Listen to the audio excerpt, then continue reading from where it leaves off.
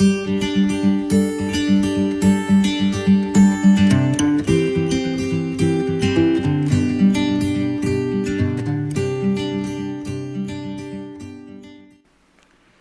bagian pembacaan Alkitab terambil dari pertama Petrus pasal 4 ayat 7 sampai ayat yang ke-11. Pertama Petrus pasal 4 ayat 7 sampai ayat yang ke-11. Firman Tuhan berkata, hidup orang Kristen, kesudahan segala sesuatu sudah dekat. Karena itu, kuasailah dirimu dan jadilah tenang supaya kamu dapat berdoa. Tetapi yang terutama, kasihilah sungguh-sungguh seorang akan yang lain, sebab kasih menutupi banyak sekali dosa. Berilah tumpangan seorang akan yang lain dengan tidak bersungut-sungut. Layanilah seorang akan yang lain sesuai dengan karunia yang telah diperoleh tiap-tiap orang sebagai pengurus yang baik dari kasih karunia Allah. Jika ada orang yang berbicara, baiklah ia berbicara sebagai orang yang menyampaikan firman Allah. Jika ada orang yang melayani, baiklah ia melakukannya dengan kekuatan yang dianugerahkan Allah, supaya Allah dimuliakan dalam segala sesuatu karena Yesus Kristus. Ialah yang mempunyai kemuliaan dan kuasa sampai selama-lamanya. Amin. Demikian firman Tuhan. Berbahagia setiap orang yang mendengar firman Tuhan, merenungkan dan melakukan dalam hidup setiap hari. Haleluya. Haleluya.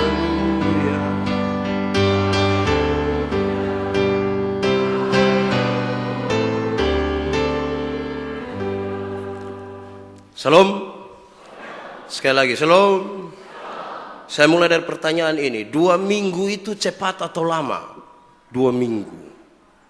Cepat atau lama? Lama atau cepat? Ya tergantung. Kalau 2 minggu orang bercinta, cepat atau lama? Cepat. Tapi kalau 2 minggu orang tahan lapar? Lama. Berarti 2 minggu tergantung. Cepat atau lama. Alkitab ini tebal. Tapi kalau kita baca 1 hari 1 perikop, cukup 4 bulan selesai. Dari Kejadian sampai Wahyu. Pertanyaannya sekarang, 4 bulan cepat atau lama? 4 bulan cepat atau lama? Lama atau cepat? Cepat atau lama? Ya tergantung. Tergantung. Kalau 4 bulan itu tiap-tiap hari kita dapat uang, cepat atau lama 4 bulan? Cepat atau lama 4 bulan tiap hari dapat 1 juta? Cepat. Tapi kalau 4 bulan kita perut sakit, cepat atau lama? Berarti tergantung. Tergantung. Sehingga ya hidup ini tergantung orang rasa nyaman, enak atau tidak. Dan kalau begitu ada kemungkinan besar untuk orang membanding-bandingkan apa yang dia dapat kalau dia pergi ke gereja atau tidak, kalau dia menjadi orang Kristen atau tidak. Sebab 2 jam ada di hadirat Tuhan bagi orang-orang yang punya cinta, cepat itu. Tapi bagi orang yang tidak merasa itu cinta, ya lama sekali. Ya kita tergantung saja, tidak jadi soal. Tapi hidup ini, Alkitab mengatakan hidup ini paling 70 tahun. Kuat 80, tapi itu dengan telinga yang susah dengar, mata yang sudah mulai susah lihat, dan pinggang yang sakit-sakit. 70 tahun itu cepat atau lama? Ya tergantung. Ya, kalau kita hitung 70 tahun seolah-olah lama. Tapi banyak orang juga yang 70 tahun kan belum mau mati juga. Ya tergantung. Tapi sekiranya kalau 70 tahun itu kita buat gambaran, 1 hari mewakili 10 tahun, maka sesungguhnya waktu kita terlalu sedikit. Kalau 1 hari 10 tahun, maka Senin sama dengan orang umur 0 tahun sampai 10 tahun. Ada yang hari Senin di sini? Ada anak-anak dong Senin itu. 0 sampai 10 tahun. Selasa 11 tahun sampai 20 tahun. Ada yang hari Selasa di sini? Anak-anak juga dan remaja.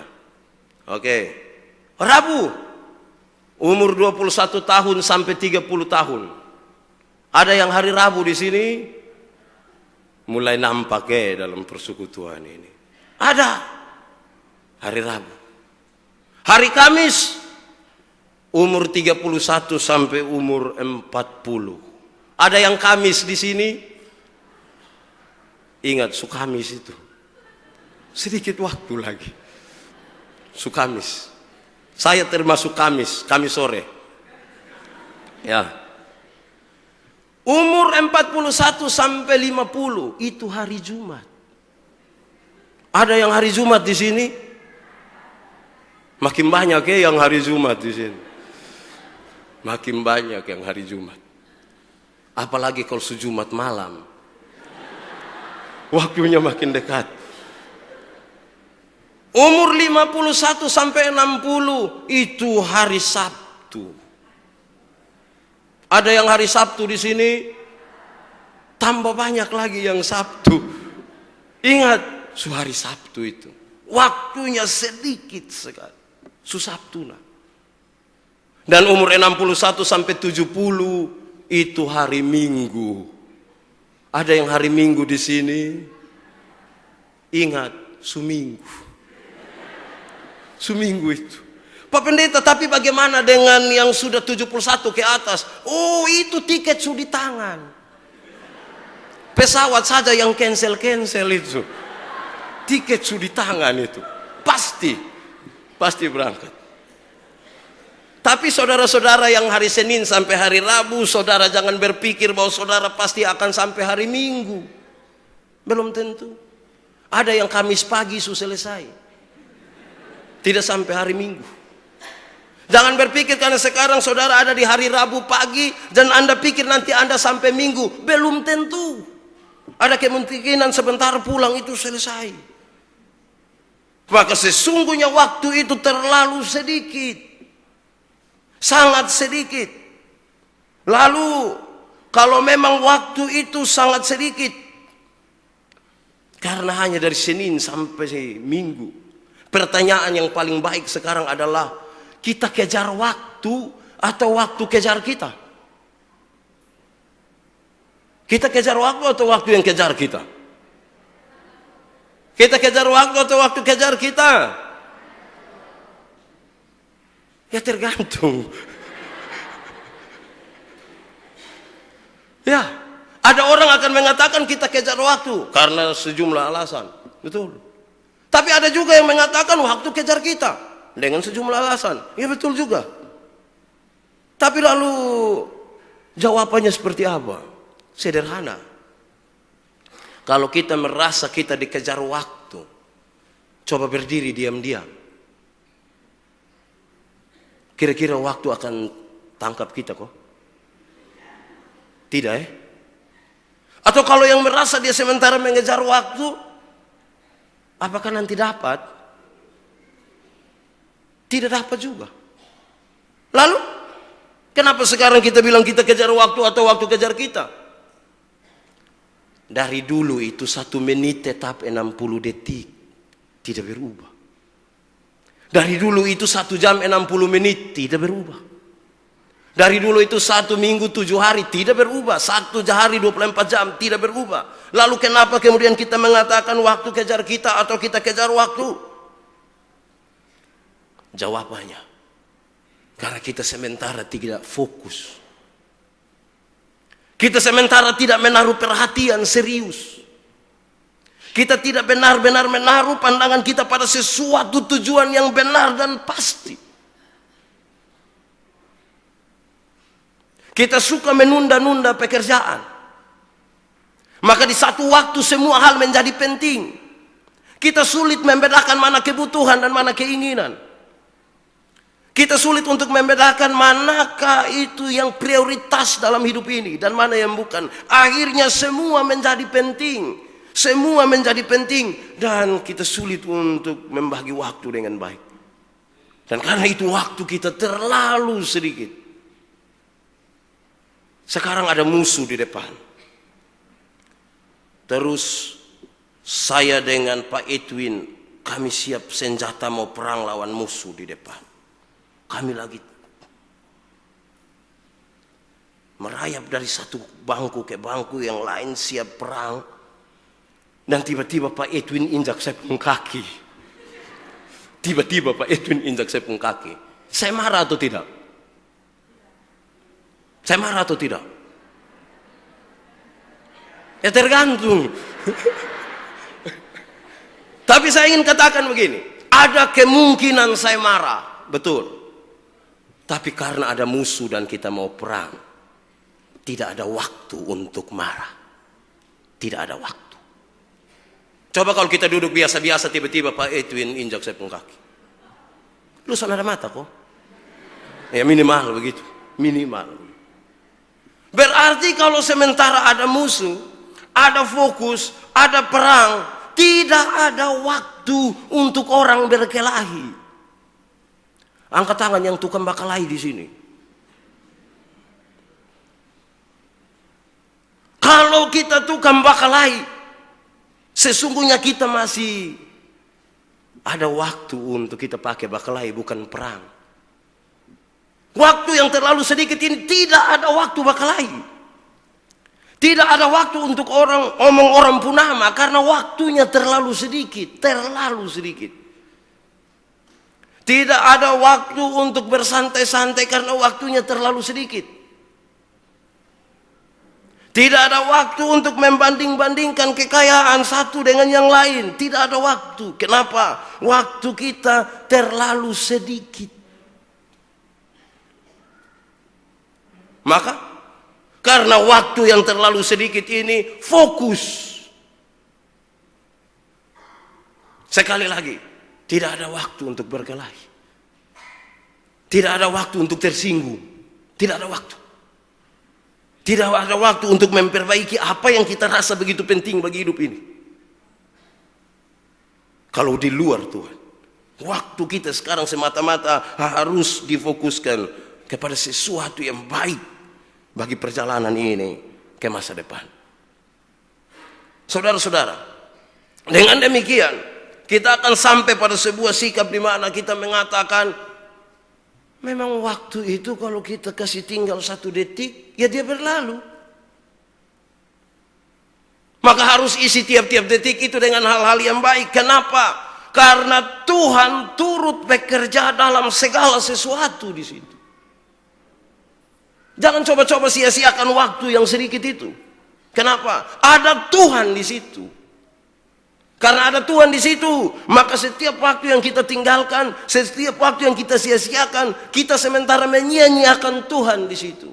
Karena orang yang percaya terus akan mengatakan, Tuhan itu turut bekerja dalam segala sesuatu. Saya pernah mengatakan di sini, kalau ada oto jalan dari sini ke Soe itu oto tak balik, tinggal 2 orang yang hidup. Yang satu orang percaya dan yang satu bukan orang percaya. Yang orang percaya akan mengatakan, untung Tuhan saya selamat. Tapi yang orang tidak percaya akan mengatakan, untung tadi saya lompat cepat-cepat. Saudara lihat bahwa satu kejadian di satu waktu yang sama, orang bisa memberi 2 pernyataan yang beda. Yang percaya akan mengatakan, untung Tuhan. Dan yang tidak percaya akan mengatakan, untung. Semua yang hadir dalam gedung kebaktian ini, pengakuan kita selalu apa? Untung Tuhan atau untung saya? Untung? Untung? Yakin? Yakin? Kalau yakin kita uji. Harus diuji. Memang benar bahwa kita ingin punya pengakuan untung Tuhan. Berarti Tuhan yang bekerja. Satu saat Yesus berkhotbah begini. Barang siapa mau mengikut aku, harus menyangkal dirinya, memikul salibnya, dan mengikut aku. Yang 2 itu saya tidak mau omong, saya omong yang satu. Menyangkal diri. Menyangkal diri itu kalau pakai bahasa Kupang bilang, bukan beta. Bukan beta. Tapi Tuhan. Maka pertanyaan yang paling penting sekarang untuk kita menguji diri. Pertanyaannya begini. Siapa yang bangun itu gedung kebaktian Agape itu? Jawabannya, bukan beta. Tapi Tuhan. Padahal kita memberi 2 miliar. Jawabannya bukan beta, tapi Tuhan. Padahal kita yang bekerja, kita yang segala macam, siapa membangun? Bukan beta, Tuhan. Tapi ada orang kita tanya, siapa yang bangun itu? Bukan beta. Tanya saya. Bukan beta. Kalau batu bisa bawa omong, batu juga nanti kasih tahu. Apa yang ingin saya katakan? Kita tergoda untuk merampas kemuliaan Allah. Kita tergoda untuk merampas kemuliaan Tuhan. Bayangkan bahwa ada satu orang miskin datang di hadapan kita, tidak punya pakaian, tidak punya makanan. Semua mati, penyakitan lagi. Terus kita menolong dia dan tanpa sadar satu saat dia berproses, dia menjadi berhasil, dia sangat penting dan kemudian orang bicara dia pun nama di mana-mana karena mengagumi dia. Dan berita itu akan sampai ke telinga kita. Apa pernyataan kita? Kita akan mengatakan, itu hari datang sini semua mati. Untung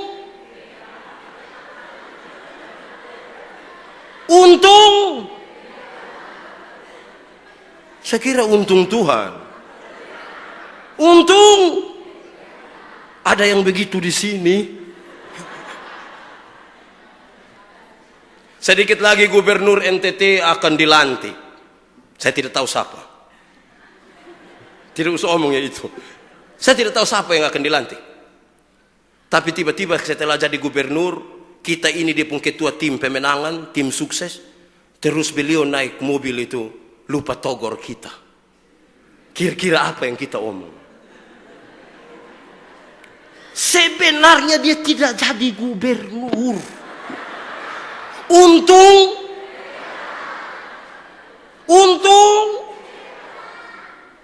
ada yang begitu di sini.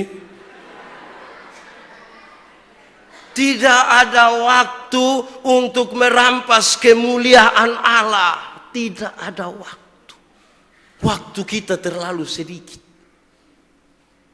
Berhenti di puku-puku dada. Nanti dada sakit. Berhenti. Mari maju ke depan. Untung Tuhan. Sekali lagi. Untung. Banyak kali kita berdoa. Kami hamba-hamba Tuhan berdoa bagi orang sakit. Dan orang itu menjadi sembuh. Dan orang itu bersaksi di mana-mana.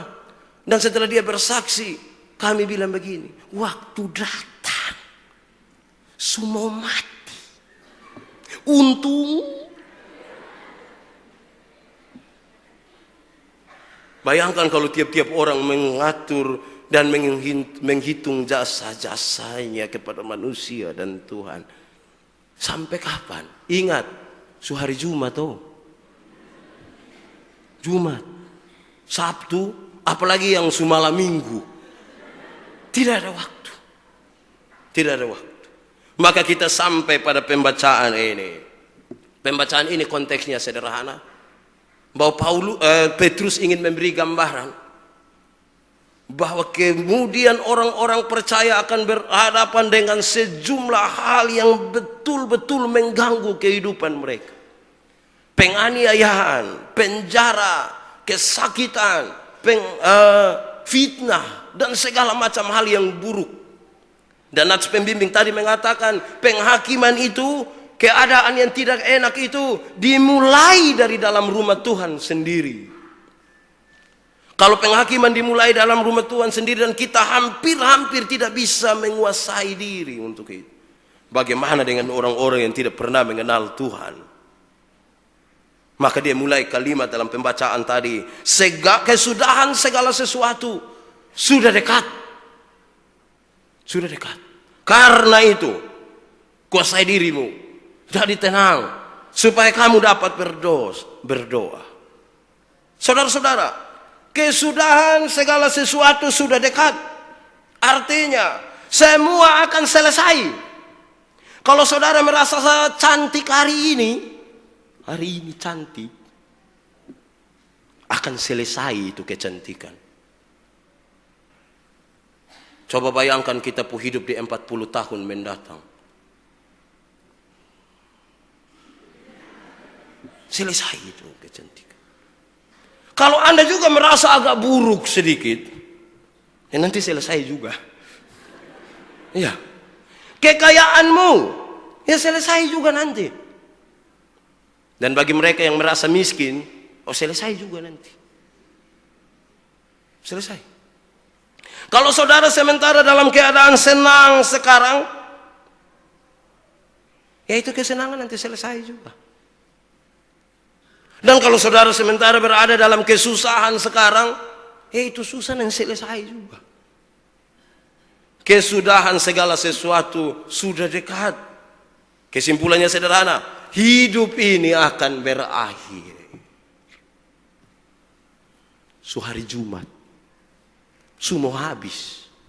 Pertanyaannya, ketika hidup di dunia ini selesai, kita di mana? Tidak mungkin pulang pisau, tidak mungkin. Dua saja, surga atau, nah kita yang duduk hari ini di sini nanti pi mana? Surga atau neraka? Yang pergi ke surga boleh angkat tangan. Terima kasih. Yang mau pergi ke neraka boleh angkat tangan. Terima kasih. Yang tidak tahu dia mau pi surga atau pi neraka.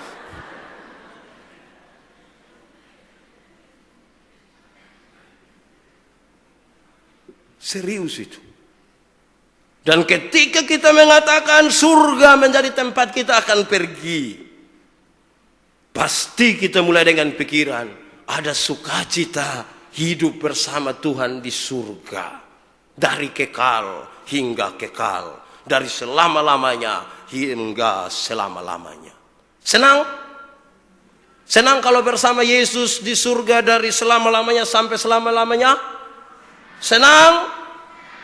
Senang? Yakin?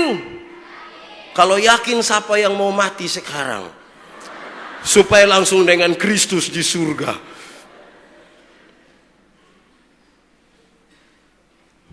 Benar bahwa kita punya keyakinan itu. Tapi kalimat Rasul Paulus menjadi penting. Bagiku mati adalah untung. Tapi kalau masih diberi kesempatan hidup, Kristus. Kalau mati untung, bebas dari semua. Bebas dari utang, bebas dari istri pun cerewet, beda dari muka-muka asam, begitu. Tapi kalau masih diberi kesempatan hidup, Kristus. Waktunya terlalu sedikit. Kalau diberi kesempatan hidup, bukan hidup untuk omong orang punama. Bukan hidup untuk iri hati.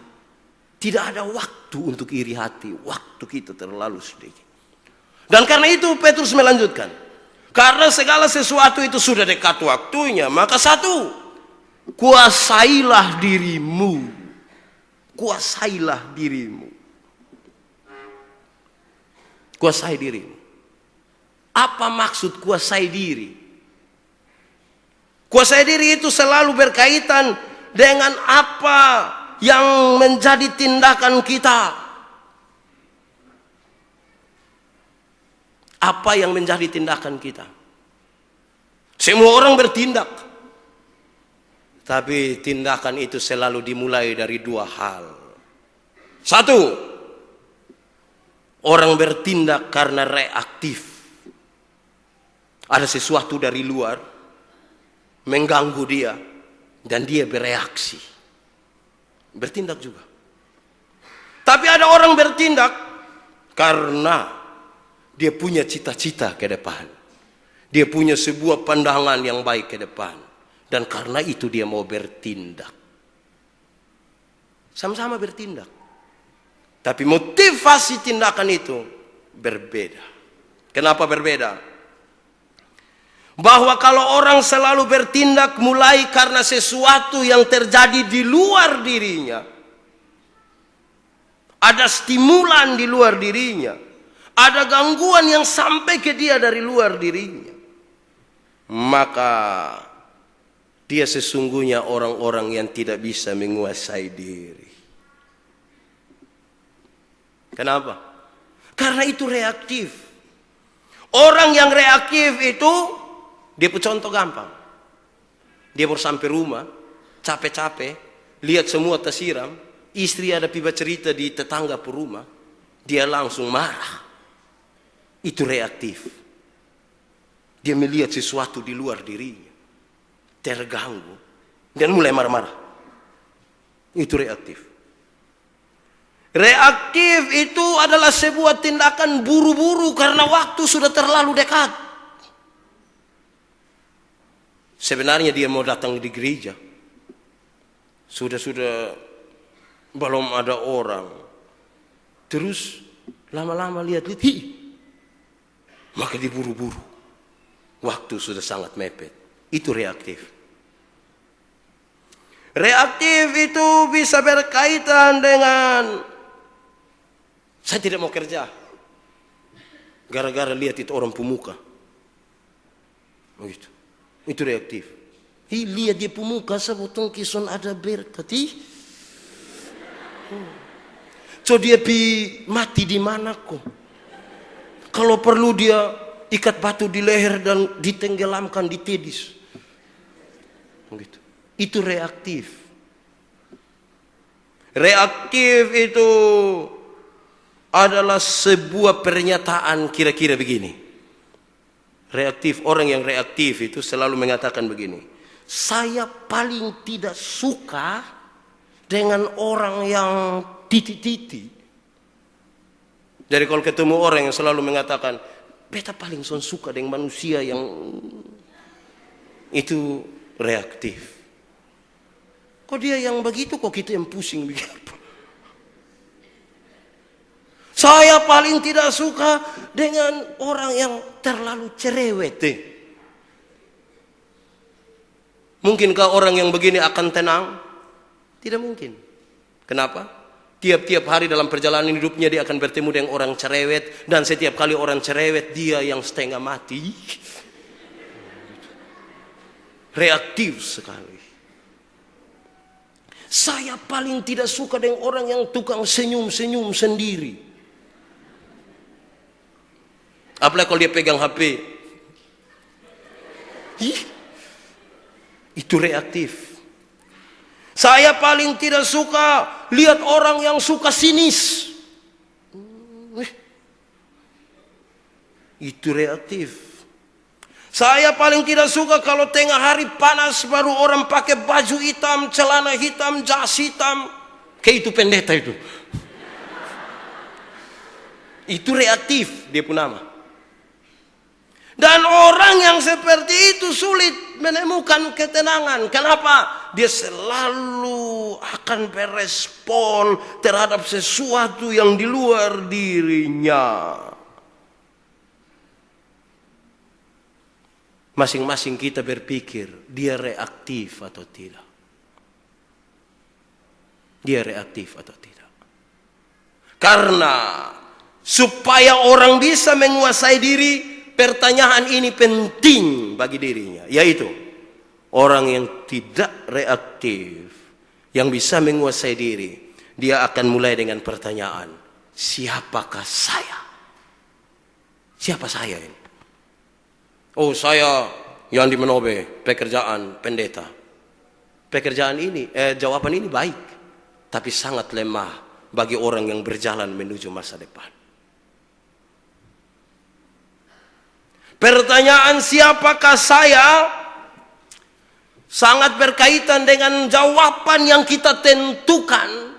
Jawaban yang kita tentukan ketika kita tidak lagi dengan orang-orang yang kita kasihi. Apa yang nanti mereka bicara.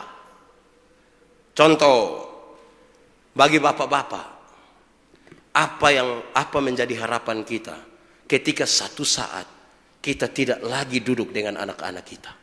Kita rindu anak-anak kita mengucapkan apa tentang kita.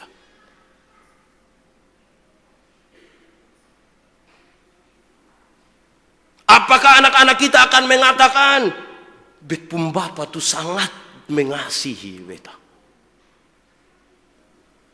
Atau itu anak dong akan mengatakan, beta pun bapa tuh sedikit-sedikit marah. Sedikit-sedikit marah. Marah kok sedikit-sedikit. Kita yang tentukan dari sikap kita setiap hari. Coba Anda bayangkan sekarang bahwa hari ini saudara tidak ada di sini, hari ini saudara tidak ada dalam persekutuan saudara, hari ini saudara tidak ada di rumah saudara, hari ini saudara tidak ada dalam kumpulan saudara. Apa yang mereka bicara tentang saudara? Kita punya sikap menentukan itu. Jangan sampai ada orang bilang begini, aduh puji Tuhan, syukur karena dia tidak datang. Kita yang tentukan.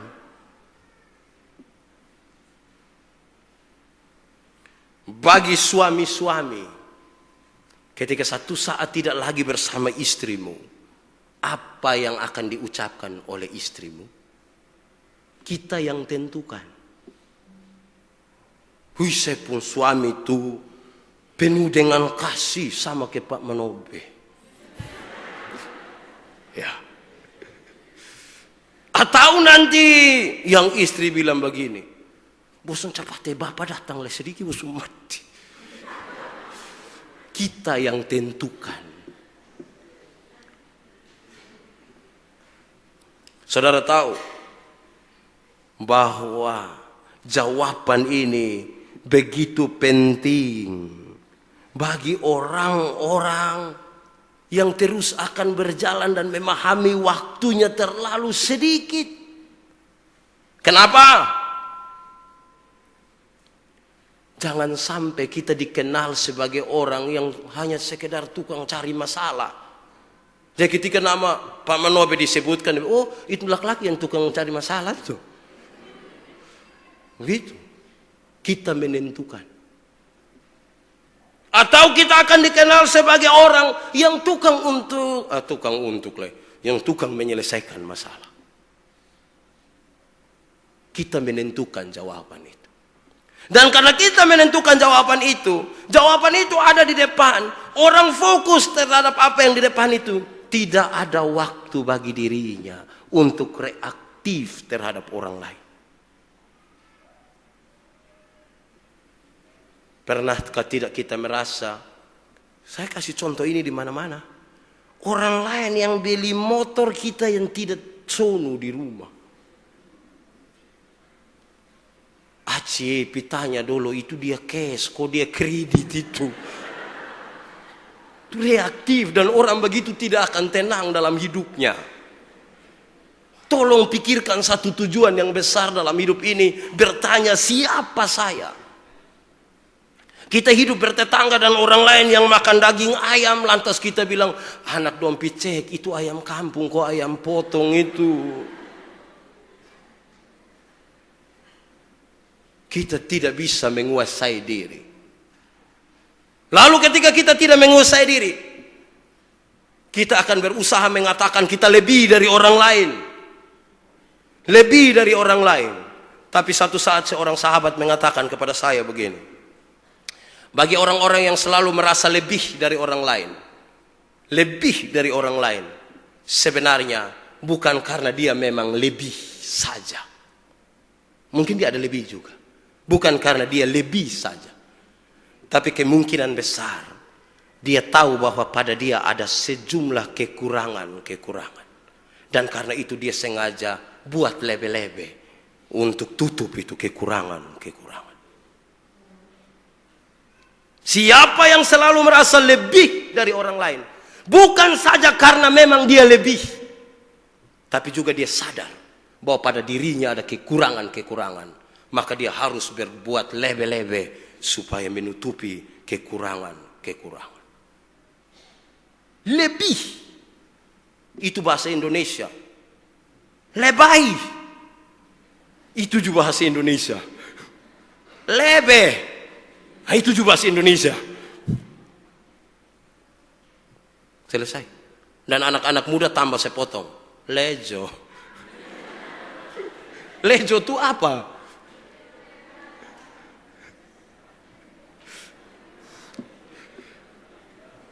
Tidak usah lebe-lebe. Biasa sah. Sederhana sah. Dan itu tanda kita menguasai diri. Kenapa? Hari Jumat nah. Waktu terlalu sedikit untuk bertindak lebe-lebe. Biasa saja. Sederhana saja. Biasa. Pas-pas. Waktu terlalu sedikit. Supaya apa? Kalau kamu bisa menguasai dirimu, kamu menjadi tenang. Itu kata firman tadi.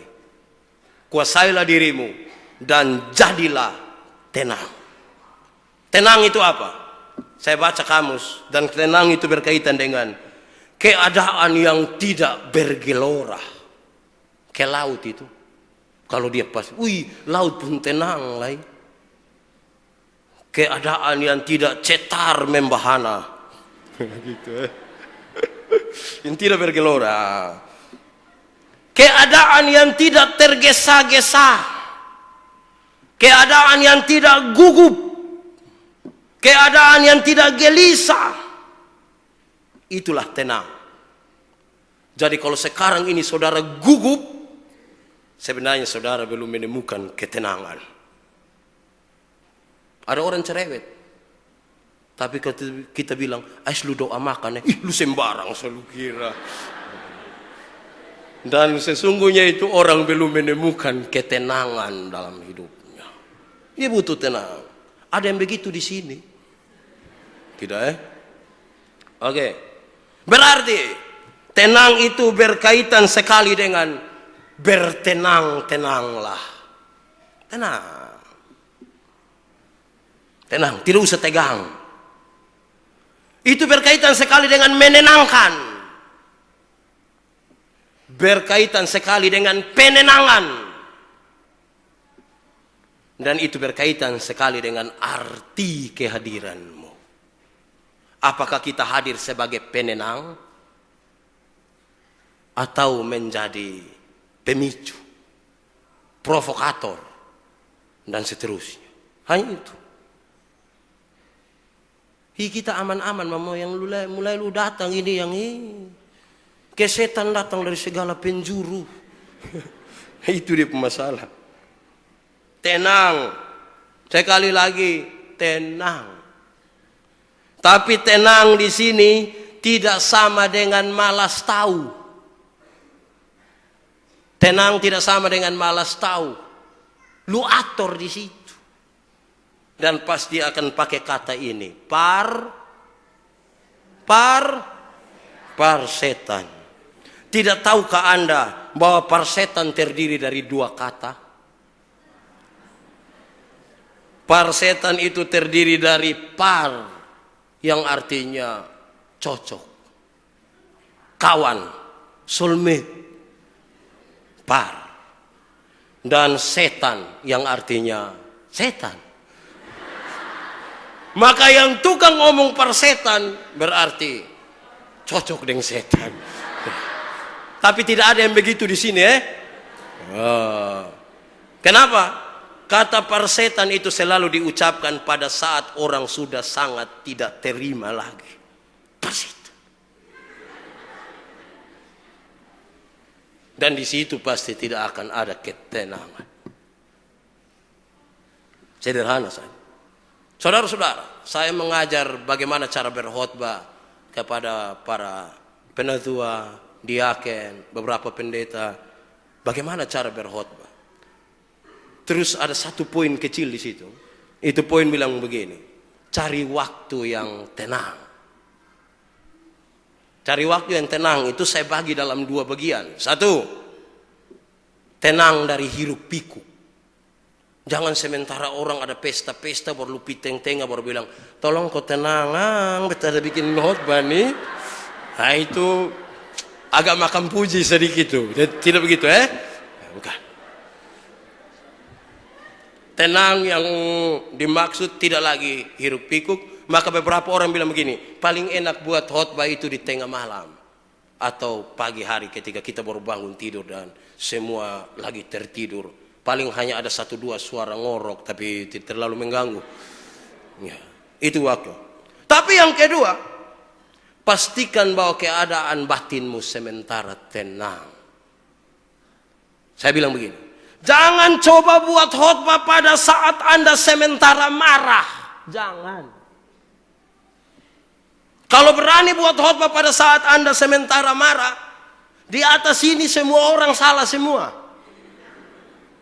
Dan pas saya marah, sapa saya pun mata di dia terus begini.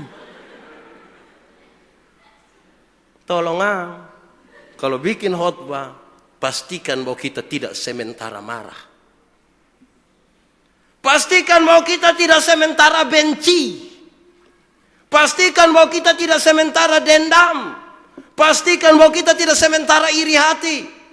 Maka bagi suami-suami yang sementara mau buat khotbah, padahal ada bakal lain dan dia pu istri, dia harus cari dia pu istri dan mengatakan hal ini. Mama, beta minta maaf mama, supaya tenang, suka beta kerja. Son enak kalau baca Petrus sambil dengar mama, aduh gitu. Son enak. Gitu. Tapi jangan dia bilang begini, mama, lu tunggu kau itu buat khotbah habis ya. Nah, itu bahaya itu. Ya, bahaya. Pak Pendeta, bagaimana saya bisa begitu? Orang yang saya marah ini sekarang dia di Surabaya, Pak. Apa saya mau bikin khotbah malam hari ini saya harus ke Surabaya, Pak? Tidak usah. Masuklah ke dalam kamarmu. Tutuplah pintu. Tapi bukan untuk tidur, Tutup pintu, berdoa minta ampun. Baru buat khotbah. Bagus. Aman. Beres. Kalau tidak, kemudian ketidaktenangan ini membuat kita munafik. Dan munafik itu selalu mempertontonkan penipuan. Saya khotbah di mana-mana, orang bilang itu pendeta tuh kalau khotbah. Saya bilang dong, kamu belum hidup dengan saya 1 minggu. Jangan sampai kamu hidup dengan saya 1 minggu terus kamu bilang, bah pendeta juga begitu. Pastikan bahwa kita tidak marah, itu tenang. Satu saat, Pak kalau begitu saya tidak marah karena mana? Ya memang manusia diciptakan dengan satu rasa yang dia pun nama marah. Justru kalau manusia tidak pernah marah, itu dia bukan manusia. Tapi kalau hidup hanya marah-marah, ya juga sama. Lalu apa yang harus kita katakan?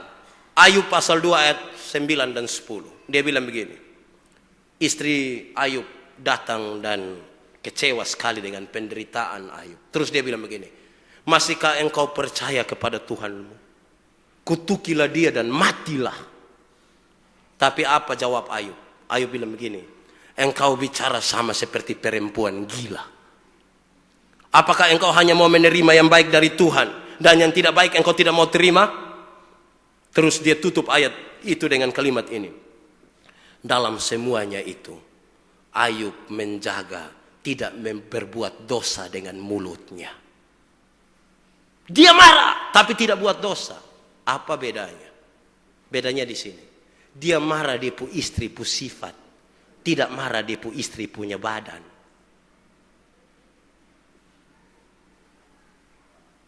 Kalau saya ini tukang ngomong orang pun nama, dan papa mama ingin marah saya pu sifat yang suka ngomong orang pun nama. Jangan marah saya pun badan. Kalau tidak ketemu saya di mana-mana,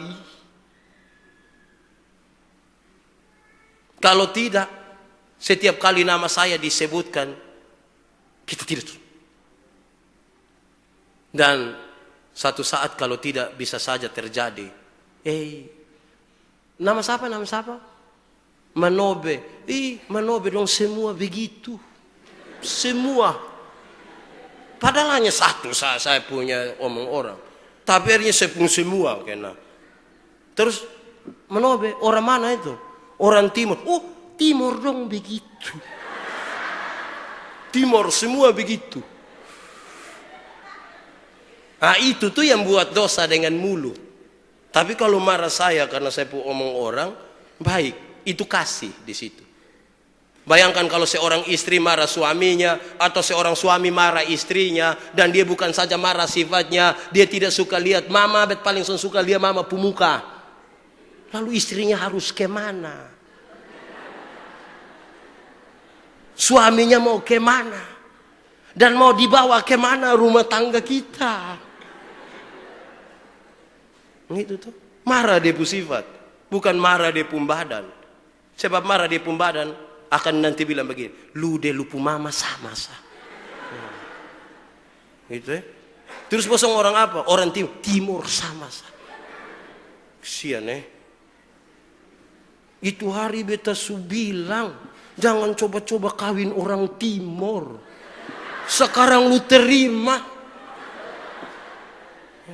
Coba kalau itu hari lu dengar beta, pasti sekarang lu lebih susah dari yang sekarang. Ya, marah dia pusifat, cukup. Pastikan bahwa kita sementara tenang. Pastikan. Supaya apa? Supaya apa? Kalimat ini sederhana. Kuasai dirimu dan jadilah tenang. Supaya kamu dapat berdoa. Berdoa. Pesannya sederhana. Tidak boleh berdoa sementara tidak tenang. Tidak boleh. Pastikan tenang baru berdoa. Kenapa? Kalau orang yang tidak tenang dan berdoa, dia akan berdoa begitu rupa supaya Tuhan ikut dia pu mau. Orang yang tenang baru berdoa, dia akan pastikan dia ikut Tuhan pu mau. Tapi orang yang tidak tenang berdoa, akan berdoa begitu rupa supaya Tuhan ikut dia punya mau. Nah, kita sekarang kalau berdoa untuk ikut Tuhan pu mau atau Tuhan ikut kita pu mau? Kalau paksa Tuhan ikut kita pu mau, sesungguhnya kita butuh obat penenang. Kita lagi kurang tenang. Saudara-saudara, dalam banyak catatan dalam cerita kitab suci mengatakan, karena imanmu besar, maka jadilah. Jadilah. Tolong taruh perhatian di jadilah. Jangan taruh perhatian di imanmu. Kenapa? Saya ingin mengganggu saudara-saudara bahwa iman membawa kita sampai kepada Tuhan. Tapi keadaan kita ditentukan oleh Tuhan. Kalau Tuhan bilang jadilah, jadilah. Kalau Tuhan bilang maaf, tidak jadi. Ikut Tuhan pu mau. Bukan karena iman. Iman itu mengantar kita datang kepada Tuhan. Saudara bangkrut, saudara sakit, karena saudara beriman, saudara bawa itu ke Tuhan. Itu iman, membawa kita pada Tuhan. Tapi sembuh atau tidak, mati atau hidup, Tuhan tentukan. Bukan iman kita yang menentukan. Maka ketika satu saat kita berdoa dan doa kita tidak terjawab seperti yang kita mau, bukan karena kita kurang iman, tapi karena Tuhan menentukan lain. Logikanya, tidak semua doa yang kita doakan pasti terjadi menurut kehendak kita. Kenapa? Iman hanya mengantar kita kepada Tuhan. Tapi apa yang terjadi selanjutnya, Tuhan menentukan itu bagi kita. Dan itu kelebihan Tuhan. Khotbah pada saat kebangkitan di sini, saya bilang begini, Maria tidak dapat lihat Tuhan, tidak kenal Tuhan, karena dia mencari Tuhan yang mati, bukan Tuhan yang hidup. Terus saya tanya, kita cari Tuhan yang mati atau Tuhan yang hidup? Cari yang hidup atau mati? Hidup. Oke. Kalau memang kita cari Tuhan yang hidup, HP itu barang mati atau barang hidup? HP. Mati atau hidup? Mati. Maka jadilah menurut apa yang kita mau. Motor itu barang mati atau hidup? Jadilah menurut apa yang kita mau. Oto barang mati atau hidup? Jadilah menurut apa yang kita mau. Tuhan itu mati atau hidup? Tidak bisa ikut yang kita pun mau, karena dia hidup. Dia menentukan bagi kita. Tapi banyak orang rindu Tuhan menjadi mati untuk ikut dia pun mau. Bukan ikut Tuhan pun mau. Maka jadilah tenang supaya kita berdoa dan tunduk kepada apa yang Tuhan mau atas kita. Kedua, tetapi yang terutama adalah kasih. Karena kasih menutupi banyak sekali dosa. Kan dia bilang begitu. Jadi kalau suku kuasa diri jadi tenang, pertama bisa berdoa dengan baik, yang kedua bisa melakukan kasih. Tapi ini ayat hati-hati sekali. Kenapa hati-hati? Karena kasih menutupi banyak sekali dosa. Banyak orang memberi tafsiran seolah-olah kalau dia banyak kali buat kasih, maka dia pun dosa akan ditebus satu-satu. Begitu ya. Jadi kalau dia pun dosa ada 10, dia bikin kasih ada 5, berarti dia pun dosa tinggal 5. Tidak begitu. Saya coba pelajari dan kemudian saya menemukan ini. Kasih menutupi banyak sekali dosa. Itu berkaitan dengan kalau Anda selalu melakukan kasih, tidak ada kesempatan untuk kita melakukan dosa. Makin banyak berbuat kasih, makin sedikit kesempatan melakukan dosa. Makin banyak melakukan kasih, makin sedikit kesempatan buat dosa. Tapi kalau tidak melakukan kasih, makin besar kemungkinan ada dosa di situ. Lakukanlah kasih sebanyak mungkin, supaya makin kecil kesempatan kita melakukan dosa. Kasih itu berkaitan dengan penerimaan terhadap orang lain. Sikap kita terhadap orang lain. Dan seorang sahabat mengatakan ini kepada saya, boleh dicatat, sebentar boleh muat di status. Tidak apa-apa. Kalau ada orang membalas yang baik dengan yang baik, itu karakter manusiawi. Manusiawi. Kalau ada baik, kita balas dengan kebaikan manusiawi. Namanya aci buat baik di beta toh, beta buat baik manusia. Kalau ada orang buat yang tidak baik, kita balas dengan yang baik. Itu karakter ilahi. Kita difitnah, kita digosipkan, kita diancam, dan kemudian kita membalas dengan kebaikan. Ada karakter ilahi di situ. Tapi kalau orang membalas yang jahat dengan yang jahat, itulah karakter setan.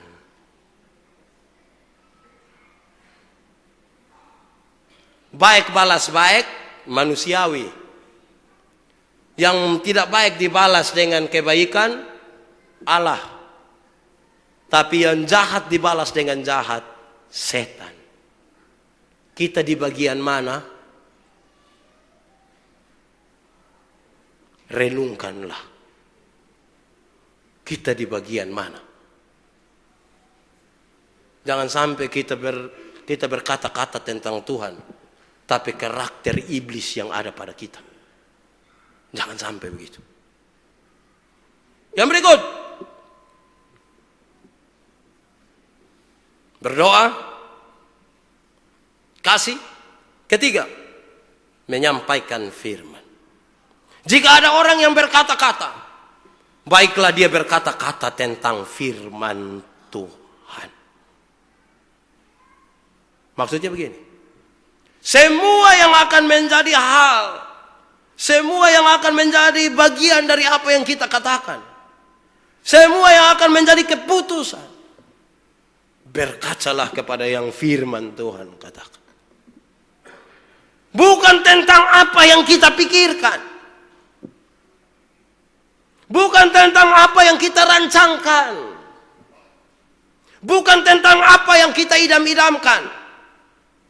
Maka kalau saudara ingin berkhotbah, jangan pikir mau omong apa baru cari bahan Alkitab yang pas dengan kita mau omong.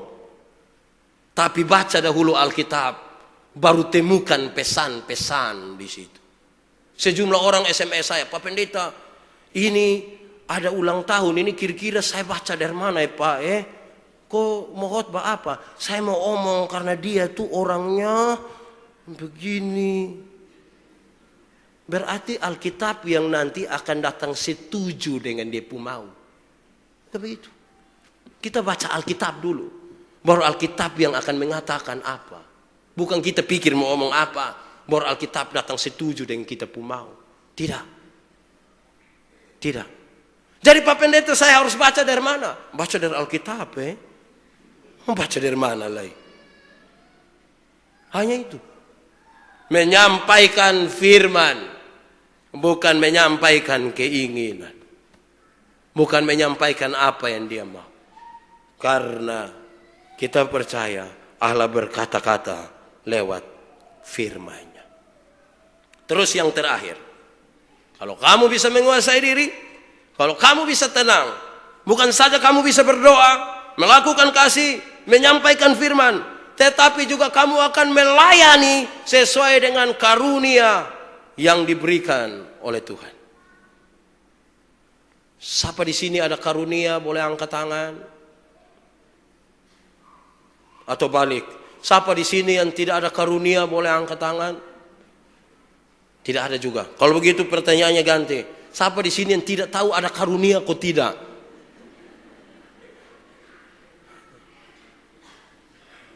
Firman Tuhan berkata, tiap-tiap orang yang diciptakan dilengkapi dengan karunia-karunia yang Tuhan kasih. Tiap orang, semua orang. Dan karunia itu dibagi dua. Ada karunia-karunia motivasi. Paling banyak tertulis dalam Roma pasal 12. Dan ada karunia-karunia manifestasi. Paling banyak tertulis dalam pertama Korintus pasal 12. Kalau karunia motivasi itu mengajar, menyanyi. Kalau karunia manifestasi itu tunjuk ini lampu listrik mati. Karena memang dia pun tombol. Maksudnya begini, yang bisa untuk menjamah, menyembuhkan dan seterusnya. Itu karunia manifestasi. Dan tiap-tiap orang ada. Maka kalau kamu bisa menyanyi, itu karunia. Tolong jangan di kamar mandi saya baru menyanyi. Tolongan di sini juga ada. Hari ini saya tampil pertama ini. Karena saya merenungkan ada karunia menyanyi di saya. Gitu. Kalau kamu punya karunia untuk apa lagi? Karunia untuk mengajar. Berikanlah dirimu sebagai pengajar anak-anak Pak. Tapi Pak Pendeta, saya ini karunia dimakan, Pak. Itu juga karunia kok. Kalau itu bukan karunia itu. Begitu. Tiap-tiap orang Tuhan kasih. Bukan Tuhan tidak kasih. Maka pada kita dipastikan. Selalu pasti ada karunia. Pergunakanlah. Amin. So amin jadi amin sudah. Tuhan memberkati kita. Salam.